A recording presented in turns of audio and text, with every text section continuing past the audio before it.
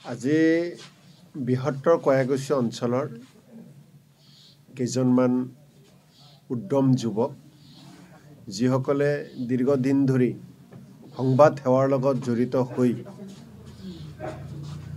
সংবাদ জগতখনত কয়াগুছি অঞ্চলখনক আগুৱাই লৈ যাব বিচাৰি আছে আৰু সেই উদ্যমী যুৱকসকলে নিজকে নিজৰ কৰ্মৰ জৰিয়তে সাংবাদিক হিচাপে পৰিচিত হ'বলৈ সক্ষম হৈছে।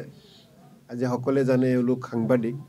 সেই উদ্যমী সাংবাদিক যুৱকসকলে একত্ৰিত হৈ সাংবাদিক বন্ধুসকলে কয়াগুছি প্ৰেছ এছ'চিয়েশ্যন এখন জন্ম দিছিল 2024 চনতে আৰু আজি তাৰ কাৰ্যালয় মুকলি কৰিলে আৰু সেই মুকলি অনুষ্ঠানত উপস্থিত হৈ মই যথেষ্ট আনন্দিত হৈছোঁ।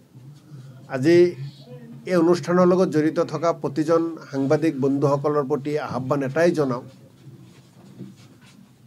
সদায় সত্যৰ ওপৰত প্ৰতিষ্ঠিত হৈ ভুলক ভুল আৰু ভালক ভাল কোৱাৰ তেওঁলোকৰ ক্ষমতা যাতে থাকে। সন্মুখত বহুত বাধা আহিব।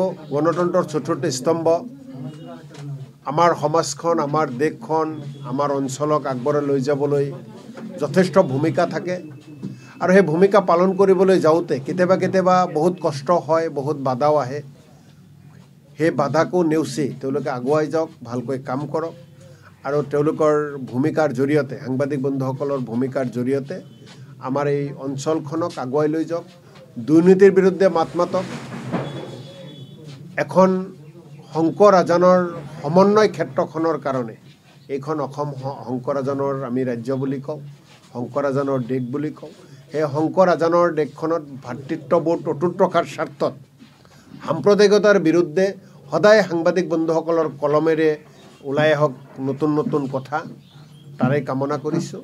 আৰু সাংবাদিক বন্ধুসকলৰ আহি থকা দিনত সমাজৰ উত্তৰণৰ কাৰণে যিখিনি ভূমিকা, সেই ভূমিকাত সদায় নিজে জড়িত হ'ম বুলিও তেওঁলোকক কথা দিছোঁ। আশা কৰিছোঁ যে আপোনালোকৰ জৰিয়তে, আমাৰ সাংবাদিক বন্ধুসকলৰ জৰিয়তে আমাৰ সমাজে বহু কিবা পাব।